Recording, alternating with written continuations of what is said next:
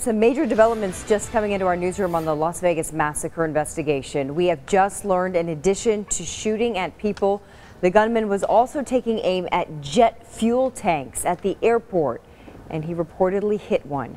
Today we also learned he may have had an accomplice and that he was seen with another woman in the days leading up to the deadly attack. Detectives also revealing the gunman researched other large venues and festivals in Las Vegas, Chicago, and Boston. As for the victims, 150 remain in the hospital with about 50 in critical condition. And new tonight at 6 o'clock, we are just hearing from the Arizona State Trooper who jumped into action to save lives in Las Vegas. You have to prioritize what you're going to do. And that was one of the reasons that I realized that these victims needed my help more than the many officers that were already responding to that scene, and I had to prioritize and see what was most important at that particular time.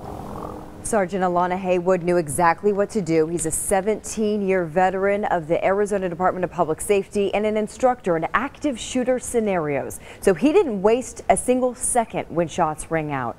He helped with traffic control to get victims to the hospital, and in the middle of that chaos, he tried to locate injured victims from Arizona. He says the toughest part about any scenario is the unknowns that are involved in this. He just had to rely on his training to get him through. Tonight, we're also learning more about the victims who didn't make it. Brett Schwanbeck was from Bullhead City. He was with his fiancee near the front of the stage when all the shooting started. Schwanbeck was hit in the head and leg and was taken off life support on Tuesday, surrounded by family and friends. This was the time of their lives, the highlight of their lives. They had been doing much together, a lot of events, and just this was one of the fun things that they loved mutually, which was country music.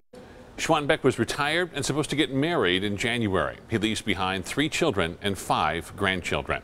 Count on ABC 15 to stay on top of any new developments. We're going to bring you the newest information on the case on air, online, and on our mobile app.